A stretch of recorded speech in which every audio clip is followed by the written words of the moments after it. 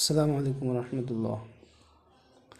সম্মানিত ভিউয়ার্স, আজকে আমরা বানি ইসরাইল সম্পর্কে আলোচনা করব। দেখুন, বানি ইসরাইল কারা, সংক্ষেপে তাদের পরিচয় দাও।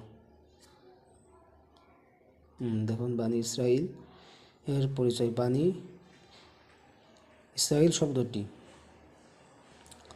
দুইটি শব্দ, একটি মিশ্রিত রূপ। ইসরাইল শব্দটি এসেছে দুইটি শব্দের মিশ্রিত রূপ। দেখুন, দুইটি শব্দের মিশ্রিত রূপ।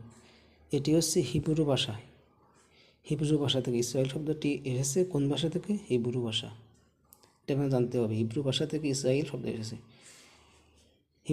ইসরাইল শব্দের দুইটি অংশ, একটা হচ্ছে ইসর, একটা হচ্ছে ইল। এই দুইটি সমন্বয় ইসরাইল হয়েছে। হচ্ছে ইসরা, ওয়ার্ড হচ্ছে ইল। ইসরা অর্থ বান্দা বা দাস। ইসরা অর্থ কি? বান্দা বা দাস। ইল শব্দের অর্থ হচ্ছে